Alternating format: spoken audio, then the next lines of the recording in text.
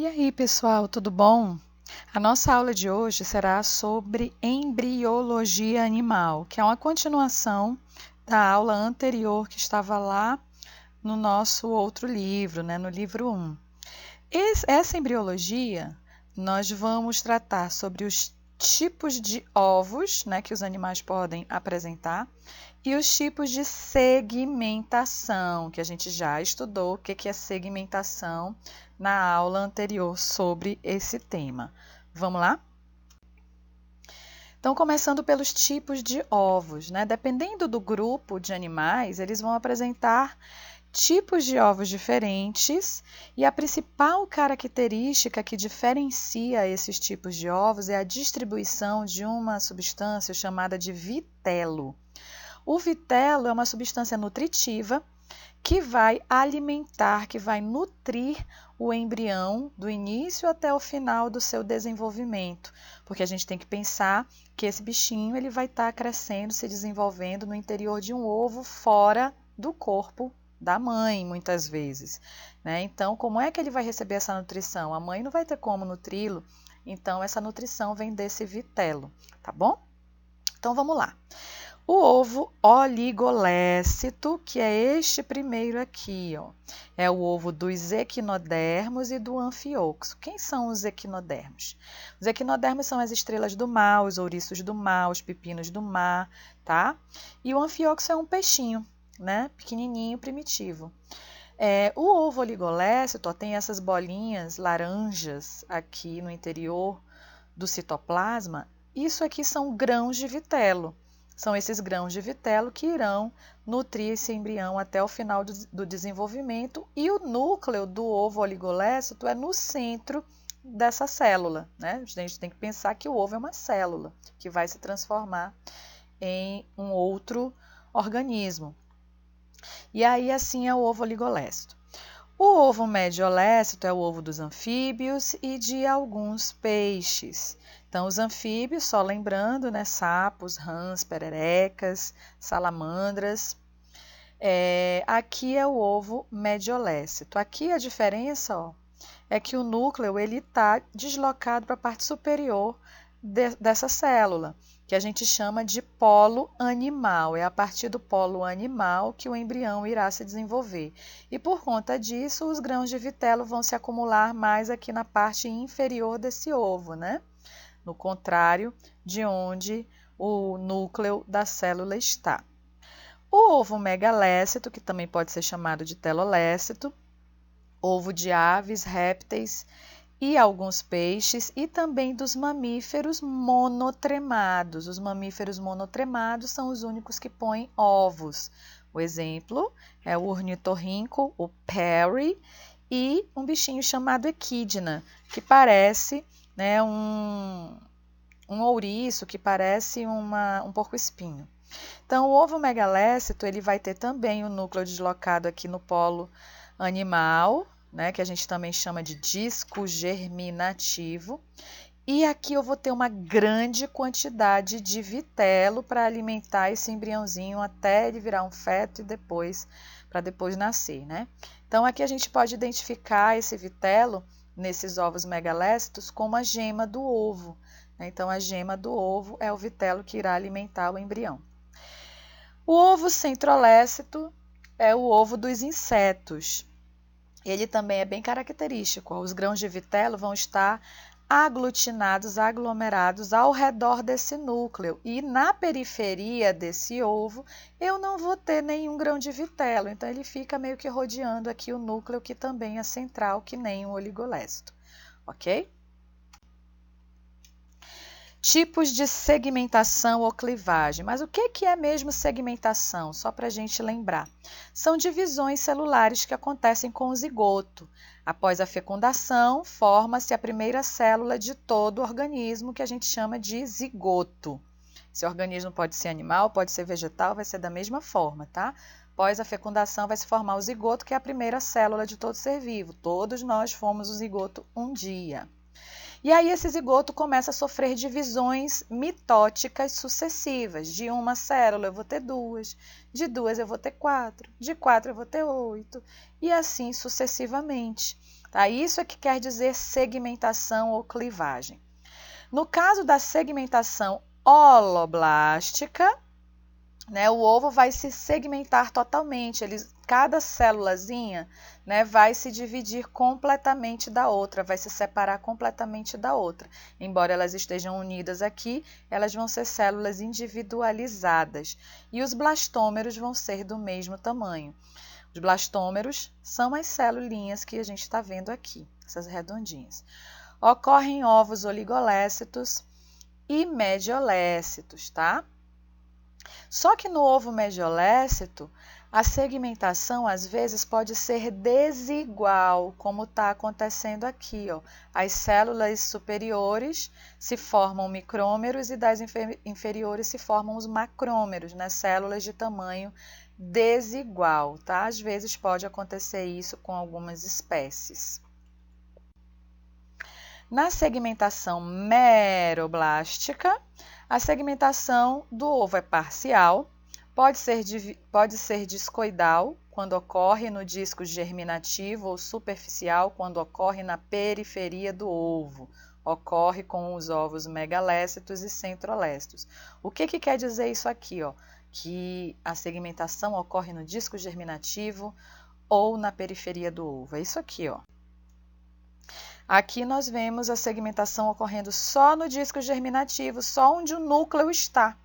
Lembra que o núcleo desse ovo é deslocado para cima? Né? Então, o embrião vai se desenvolver a partir desse disco germinativo, ou do polo animal. A parte de baixo do ovo não se segmenta, não se divide. E ela vai ser periférica quando a divisão vai ocorrer na periferia desse ovo. No centro do ovo não ocorre segmentação, somente na periferia, ok? Certo, então chegamos nos anexos embrionários. Mas o que são os anexos embrionários? São estruturas que vão garantir a vida desse embrião no interior do ovo ou no interior do útero materno, né? No caso dos mamíferos placentários, que a gente vai já ver como é que acontece. Então, dentro de um ovo, nós iremos ter essas estruturas aqui: saco vitelínico, âmnio, alantoide e o córeo. Para que serve o saco vitelínico? O saco vitelínico, o próprio nome está dizendo aqui, tem o vitelo. E o vitelo serve para quê? Para nutrir esse embrião até o final do seu desenvolvimento. O âmnio, o que é o âmnio? É uma membraninha que envolve esse embrião. Ele fica protegido dentro dessa membrana, que a gente também pode chamar de saco amniótico. O alantoide é também uma bolsa que armazena as excretas do embrião e também realiza trocas gasosas, né? Vai entrar oxigênio e sair gás carbônico. Essas excretas, o que são? São substâncias tóxicas que o corpo do embrião produz e precisam ser eliminadas, tá? São compostos, na maioria, nitrogenados, que na gente sai pela urina. Só que como o embrião está lá dentro do ovo, não tem como sair, né? E aí essas excretas acabam ficando armazenadas no alantoide. O córeo é uma membrana que envolve todos esses outros anexos aqui. E a partir do córeo que o oxigênio vai para o alantoide, do alantoide vai para o feto. Vamos ver agora como é isso. Aqui nós temos então um ovo, esse ovo aqui já é um ovo com casca, né? Mas os ovos vão ter essas mesmas estruturas, independente aí do tipo. Então aqui nós vemos o embriãozinho aqui dentro. E ele protegidinho, dentro do âmnio, dentro da bolsa amniótica. Esse âmnio é cheio de líquido aí que impede principalmente o ressecamento do corpo desse embriãozinho. Aqui nós vemos o saco vitelínico que está ligado ao aparelho digestivo desse animal. Então aqui dentro vai ter o vitelo e o vitelo vai passando aqui para o corpo desse animal. Quando o vitelo acaba, significa que está na hora dele nascer, ele completou o seu desenvolvimento embrionário. Aqui, ligado também ao corpo desse animal, eu tenho o alantoide, a bolsa que vai armazenar as excretas e que vai levar oxigênio e tirar gás carbônico desse embrião. Mas da onde vem esse oxigênio, né? Se ele está dentro do ovo? Gente, o ovo ele é poroso, a casca do ovo é porosa. Se a gente observar a casca do ovo ao microscópio, nós vamos ver pequenas aberturas, pequenos furos, por onde esse oxigênio entra e fica armazenado aqui, ó, na câmara de ar. Não sei se vocês já pegaram um ovo e quebraram o ovo e observaram que no fundo dele tem uma película que é cheinha de ar. Eu ficava brincando com essa película quando eu era criança. Quando a minha mãe fazia alguma coisa com ovo, eu gostava de tirar aquela membrana ali. E aqui o oxigênio penetra da câmara de ar. Esse oxigênio passa para o córeo, que é essa linha avermelhada aqui, ó, que é a membrana que envolve todas as outras estruturas. Do córeo, o oxigênio passa para o alantóide e do alantóide o oxigênio passa para o feto. E é assim que ocorrem as trocas gasosas desse embrião, ok? Aqui nós temos um cladograma, que é como se fosse a representação da evolução dos grupos de vertebrados. Aqui nós vemos todos os grupos de vertebrados, ó, peixes, anfíbios, répteis, aves e mamíferos. E nesse cladograma eles estão em ordem de surgimento, né, em ordem evolutiva de surgimento. Aqui eu tenho o ancestral dos vertebrados, que passou por processos evolutivos, mutações, pressões ambientais, e aqui eles se modificaram e deram origem a peixes.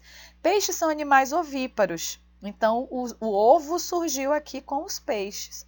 Só que o ovo dos peixes é um ovo sem casca, por isso ele, como animal aquático, logicamente vai pôr os seus ovos na água.